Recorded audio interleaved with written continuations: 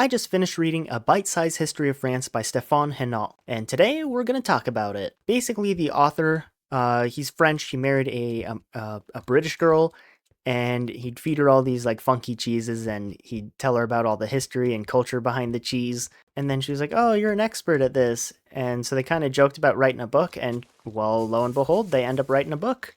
And he also found the book being a good way to talk about French history in general, just because food is pretty central to the average French person. They apparently have a ton of phrases in the French language that involve food, such as describing something sad as a day without bread, or one of their presidents, Charles de Gaulle, saying that how can anyone govern a nation with 246 varieties of cheese? So this book talks about French gastronomy, which is the intersections between food, culture, society, and history. And all these chapters are in fact bite-sized, being maybe like 12 pages max, and there's 51 of them. So I'm only going to talk about my top 10, but they're really interesting stories, so if you end up enjoying this episode, I highly recommend you check out the book, because I'm not going to be talking about all 50, I'm just going to talk about my top 10. So let's just jump right into it with the first subject, which is Chabichou. My biggest pet peeve is when people don't try to pronounce words. I'm going to try my best here,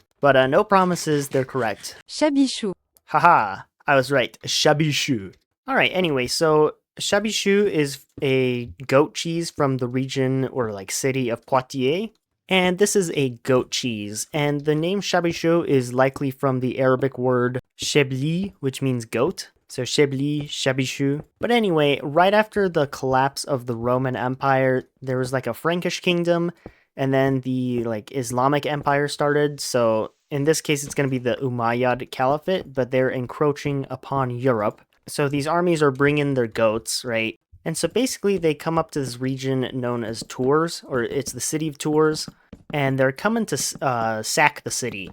But there's a French king known as Charles Martel, and Martel means hammer, and this is because during this battle he hit the Umayyad military so hard, like a hammer, that they retreated all the way back to basically Spain. And so that's sort of the like beginning of French history, I guess, after Rome, and that's because of good old Charles Martel. But the origin of Chabichou is greatly debated, although there's a theory that the Umayyads had to retreat so fast that they kind of left their goats in the area. So basically, as they were coming up, they were bringing this culture of goat cheese, and that's because goats kind of just eat anything, and then their milk is really easy to consume, and it's easy to make cheese out of. It's kind of theorized that the Umayyads brought the tradition of goat cheese into France, and so that region now has goat cheese. So it's going to be little stories like that throughout the video. Next up, we'll be talking about the French liqueur known as Benedictine. Now, Benedictine is a liqueur that comes from Normandy. However, a lot of its ingredients you wouldn't think are local to France, and that's because they aren't.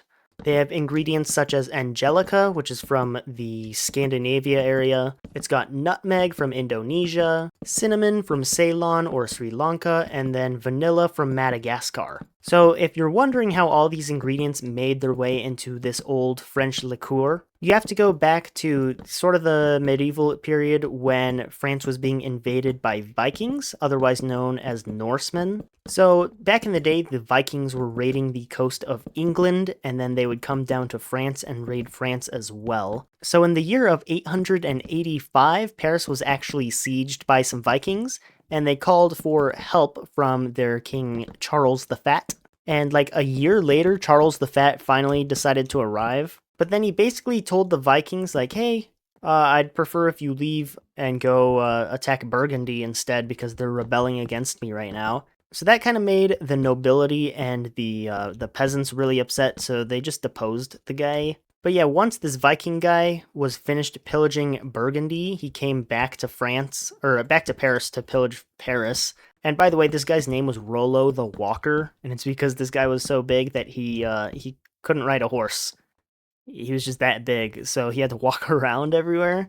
But yeah, Rollo the Walker came back, sieged Paris again, and then the new king, Charles the Simple, came up with a very simple solution. He basically told Rollo the Walker, like, hey, stop raiding us and I'll give you land. You just gotta accept me as your king and convert to Christianity. And then, yeah, I'll give you all of this land up north. And the guy was like, yeah, sure, that sounds sweet. So he took the deal. And so this area that was ruled by the Norsemen eventually got shortened down to being ruled by the Normans. And then that became Normandy. And so the Norsemen, you know, they're coming from Scandinavia. That sort of explains why Angelica is part of this drink. They kind of brought that ingredient. But as for the other ingredients, during the 16th century, along with the city of Marseille, they were given a monopoly on all like spice imports into France. So that's sort of why all the ingredients ended up arriving here in Normandy. But as for the drink of Benedictine, there's a legend that there's some Italian monk that created it, but then it got lost. And some guy was searching through a noble's like manuscripts and found the recipe. And then his granddaughter during World War II would sell the bottles to the French in order to feed her husband, who was in a German POW camp or something. And then after the war, she went to like culinary school in Paris and actually met this woman named Julia Child. And she became friends with Julia Child and helped write her book, The Art of French Cooking, which is a very famous cookbook. And because, you know, she's part of the family creating Benedictine, she kind of just put Benedictine in a ton of the recipes. But yeah, that's kind of the story of Benedictine, a liqueur. So let's jump a little further in time and jump over to Avignon to look at wines from the Côte du Rhône region. Côte du Rhône. Côte du Rhône. Okay, whatever. I was close enough there. All right, so the Côte du Rhône is a famous valley, I guess, where they grow wine.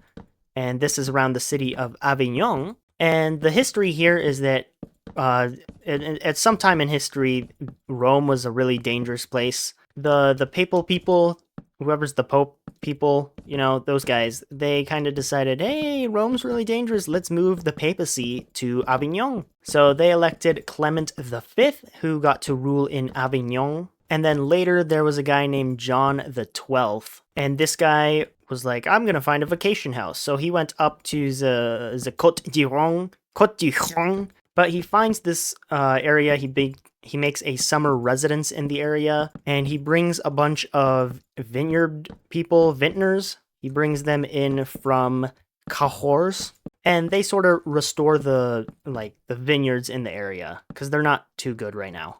And this vineyard actually becomes a very famous vineyard known as Châteauneuf-du-Pape. And Châteauneuf-du-Pape, wait a second. What's going on? Oh my gosh, what the heck?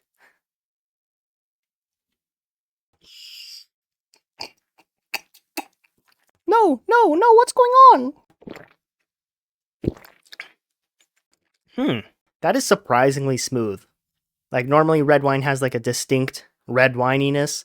That one does not. It's really smooth. I'd expect nothing less from the Pope's finest brew. Yeah, I figured I wanted to try something from this book, and, you know, the best wine in France, or not the best wine, but like a really good wine, that is good enough for me. Anyways, to make the rest of this story a bit short, the Pope started enjoying wine a bit more. And then later, France got involved in something called the 100 Years' War, so that made Avignon a bit more dangerous than Rome. So the papacy tried to move back to Rome, and so they elected Urban VI, but then all the French Catholics were kind of like, hey, that election was coerced because they moved back to Rome and they wanted an Italian.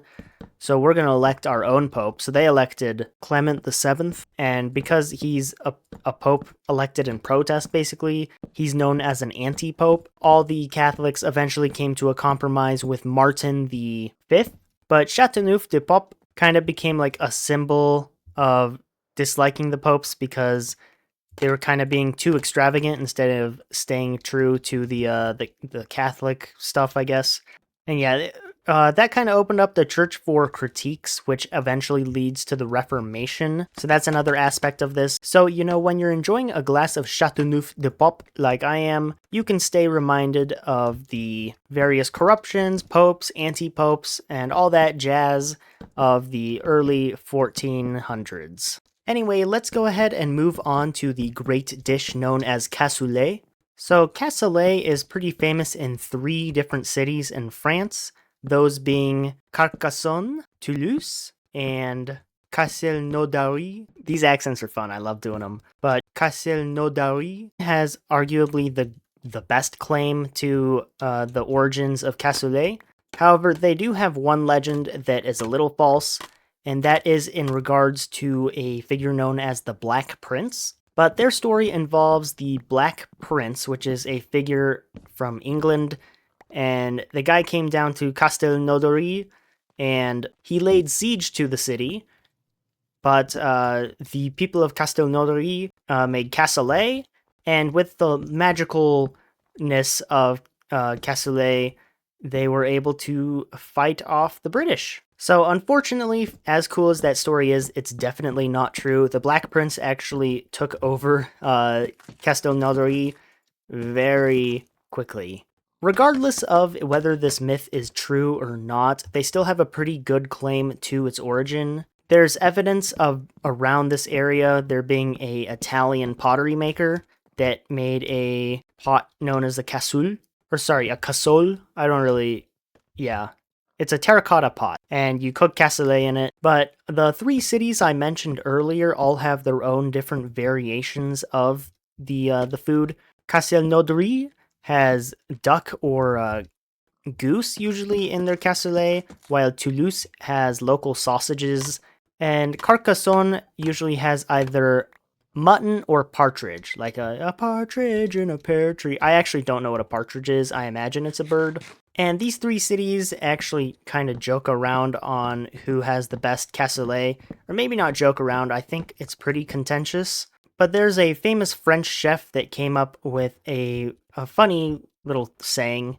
The chef's name is Prosper Montagnier, and his quote is that Cassoulet is the god of Occitan cuisine, which is the region of France there. And the way that works is that the father is Cassoulet from Castelnaudary, the son is from Carcassonne, and the Holy Spirit is the Cassoulet from Toulouse.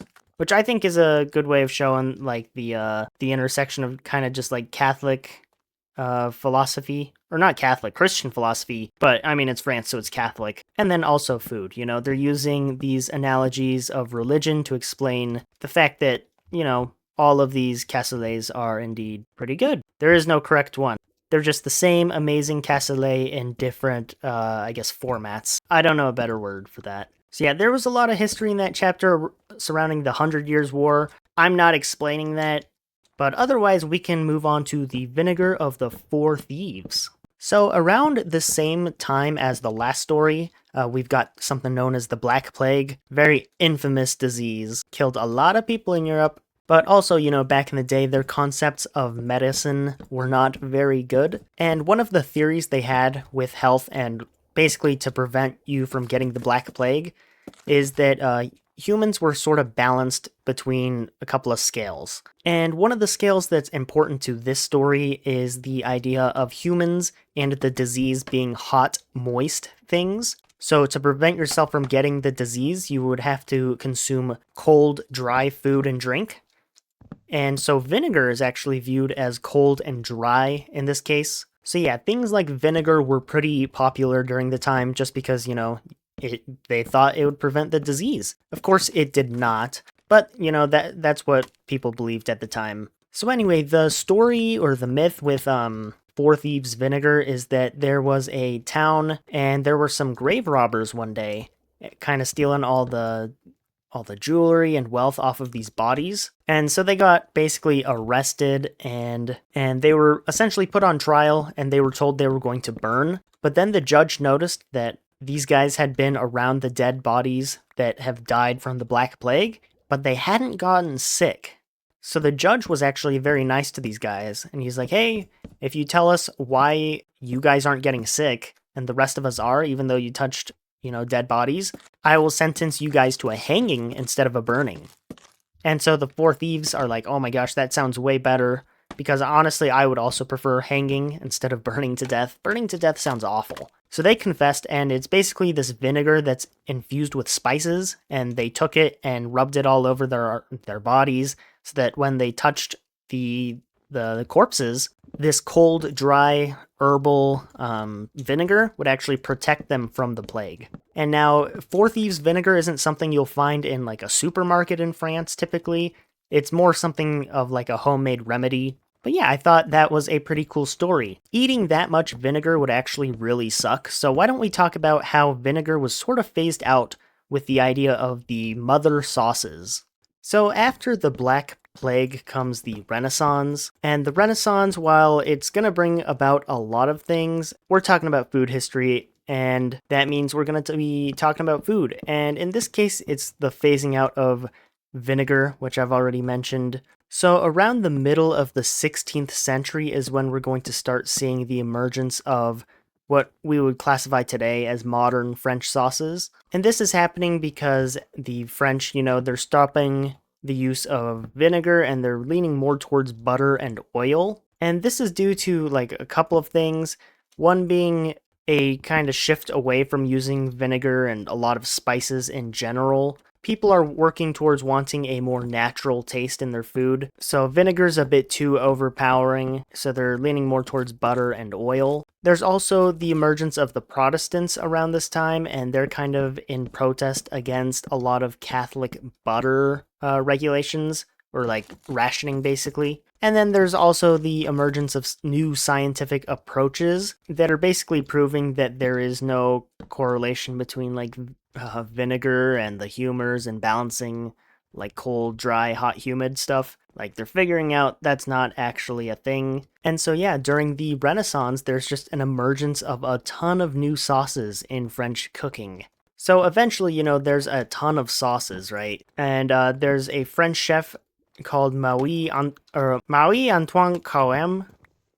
That's my best guess for pronunciation there. But this guy is like, we're gonna make a scientific approach to sauces. So he kind of goes through all of the sauces and comes up with like 4 mother sauces. These 4 sauces are things you memorize, and then from them you can derive every other sauce in France. And these 4 sauces are Allemand, Bechamel, Espagnol, and veloute. You can use them to derive basically any sauce. Like you can take a bechamel and add onions and you get like one of the sauces, or just sort of stuff like that.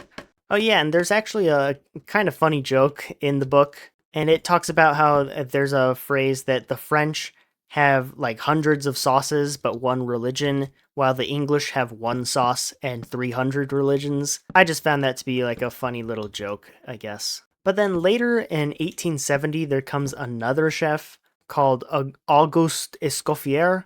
And this guy ends up going to war in Germany or something, and he gets captured as a POW, and he doesn't like the Germans, so he actually reinvents this mother sauces concept. So he demotes the sauce known as Allemand, which basically just means German sauce, and instead he promotes the sauces of tomato sauce and also hollandaise sauce. So it ends up becoming the 5 mother sauces of France. But yeah, that's kind of just a quick little history on the history of French sauces. They kind of emerge in the Renaissance, and that's because of, the scientific approaches and the general move away from vinegar. But yeah, that's sort of all I have for the sauces, I guess. So we can move on to the wonderful food of the chestnut. So to start off this story, I want to talk about a Protestant safe haven in a town called La Rochelle. And La Rochelle is kind of where all these Protestants go, specifically Huguenots. Unfortunately, during the wars of Reformation and all that, people die, and the Catholics had besieged the city and kind of starved the entire population. Starving's not fun. However, the story of the chestnut brings us to the Savon Mountains, and that is because in this mountainous region, there was another Protestant rebellion that lasted for around 2 years. And this group used a bunch of guerrilla warfare tactics, and because of, these like guerrilla warfare tactics, they were able to hold out for quite a long time. 2 years until they were actually defeated. And guerrilla warfare tactics are kind of just like hit and run, or, like don't engage the enemy in large numbers, that sort of stuff. But it's also believed that it wasn't just guerrilla tactics that let this rebellion go on for so long. And in fact, some people have decided to blame the chestnut for this. So these Cevennes mountains are filled with chestnut trees, which are a very versatile food. Each tree can produce up to 70,000 calories per year, which is quite a lot. That's a lot of calories, 70,000. And you can make flour out of it, you can just eat the chestnut whole, all sorts of stuff that you can really do. But because of the chestnuts being so available in this mountain range, all of the Protestant rebellers, they were able to just live off of the land pretty easily. And so they were able to outstarve their opponents, at least for 2 years until they finally had to capitulate. Oh, and then the leaves of the chestnut tree, they can also be used for animal feed. Very good for feeding animals. Because, humans aren't going to eat the chestnut leaves. Anyway, that's kind of a reminder that when it comes to most wars and stuff, it's usually not the flashy, battles and stuff that lead to victories. It's usually somewhat boring things like food. Whoever has the better supply lines, whoever's able to feed their armies for longer, are usually the people that are able to, fight longer wars and win them. But yeah, that was kind of the book's way of talking about the Protestant rebellions and the Reformation and all that in France. But today, the Cevennes Mountains are one of the top producing chestnut regions in France. And, if you're going to eat chestnuts as a French person, they're likely coming from there. However, unfortunately, chestnuts are viewed as very peasant food, so not many people eat chestnuts except around Christmas, chestnuts roasting on an open fire, that sort of stuff. But yeah, there's another quote that kind of involves chestnuts, and that's, I don't remember who this is from, but there was a quote on hey, how would we subdue the rebellious Corsicans? And Corsica's like an island south of France that they control. Famous guy comes from there. We'll be talking about him soon.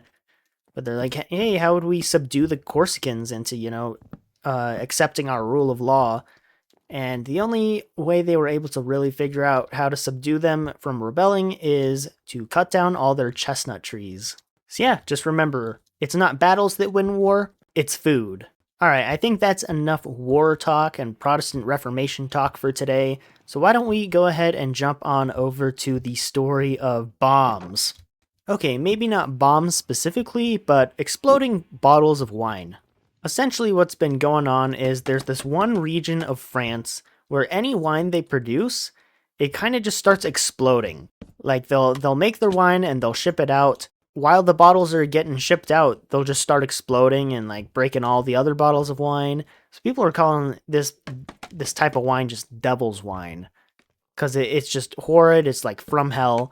And even of the bottles that explode, when you open them, the wine fizzes out and it's really gross and yucky. So the French are kind of disgusted by this wine. They hate it. But you know who isn't disgusted by this wine?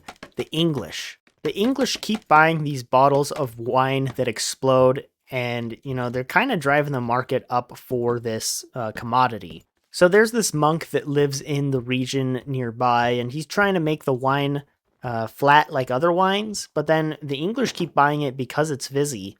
So he's like, you know what? Why don't we just keep the wine fizzy? Instead of trying to figure out ways to make the wine less fizzy, he tries to find ways of how to control the fizziness. And so they discovered that the problem with this wine is that in this region of France, they get winters pretty early. So during the fermentation process of the wine, it's kind of just stopped prematurely. So then when it warms back up in temperature, it starts fermenting again, and because it's now in a glass bottle, it's prone to explode because of the pressure. So that's what they figure out, is that it's that part of the fermentation process. So they start doing a lot of math and science and all that fun stuff, and they get it basically down to a science. They know how much sugar to put in, they know all the times and temperatures and what to do with the grapes, and we end up with a controlled wine that doesn't explode until you open it. And this is a wine from the region of Champagne, if you haven't guessed already. Now, later during the Napoleonic Wars, the invading armies kind of come through this region, and a bunch of the champagne makers are like, we gotta get out of here. So they evacuate, and their wine fields are kind of destroyed. But there's one lady that's like, I smell an opportunity. And that person is a woman known as Clicquot Ponsardine. And instead what she does is she gives the Russian armies free wine.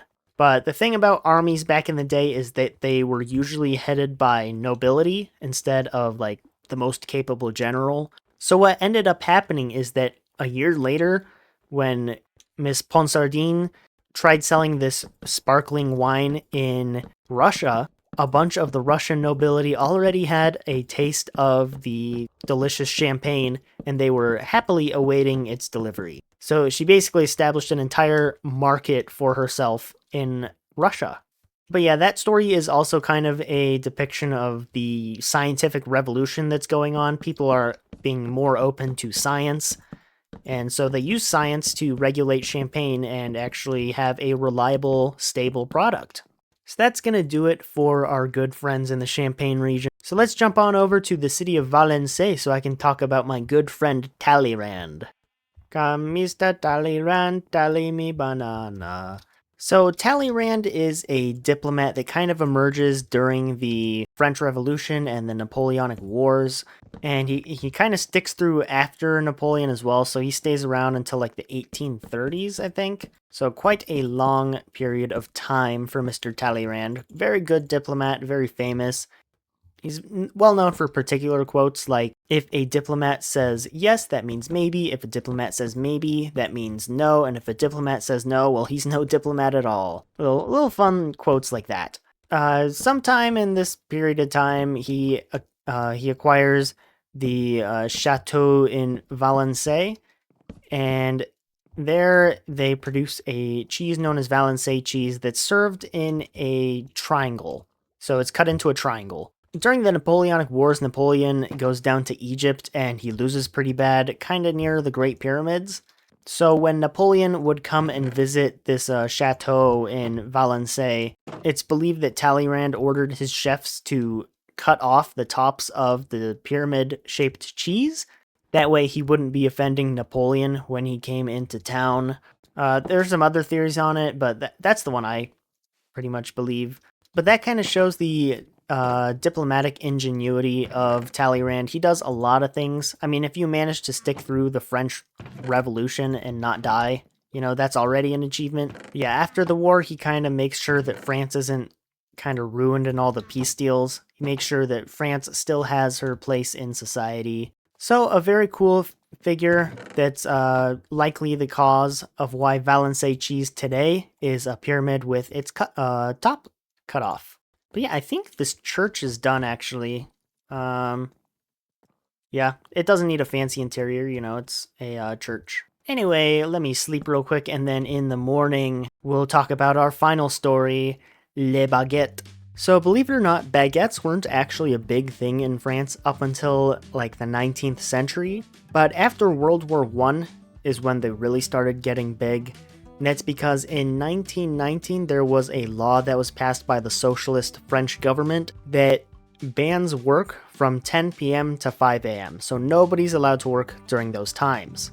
However, bakers usually get up way before then to start making bread for the day. So they had a little bit of a problem. How do we make it so that we can still provide bread in the morning while at the same time not being allowed to work before 5 a.m.?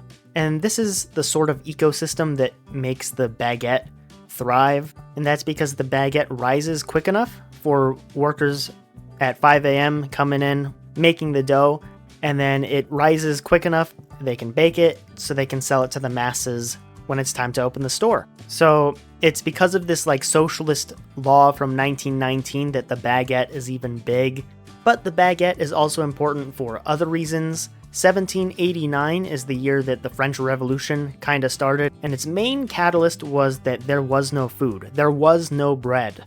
So the French government actually highly regulates when bakeries are allowed to be closed. They don't want a bread blackout, just like in 1789. Every French person should be able to go to the store and get their baguette. So they highly regulate when bakers can go on vacation, and they separate every bakery. Or really, it's a boulangerie. I don't know the difference. But they split half of them, and those guys are allowed to go on vacation on like July, and then the other half gets to go on vacation in August. And those are the only 2 months where the store is allowed to close. But yeah, that's sort of the story with the Baguette. And right on time, too, because we are done with our magnificent post office or telegraph booth. I don't really know yet. And you didn't get to see this in the time lapse, so this is kind of the interior I made for the post office. Nothing crazy. But yeah, that's going to do it for today's episode. Thank you all for watching. There's a lot of stories in that book that I did not cover that are really interesting. So if you like today's videos and you like reading books, I highly recommend you go check out the book. There's tons of cool stories I missed, like stories on Roquefort cheese, or there's a story about crepes and Napoleon, which is pretty cool. So honestly, fantastic book. I love it. I love food history. I will always read food history. Nothing better than a good food history book. And yeah, books like this make you jealous because America does not have the cultural history to even have a cuisine as rich as French cuisine. But yeah, thank you all for watching. Next episode is going to be Blood Meridian by Cormac McCarthy. So hopefully I will see you there. And until then, I hope you all have a wonderful day.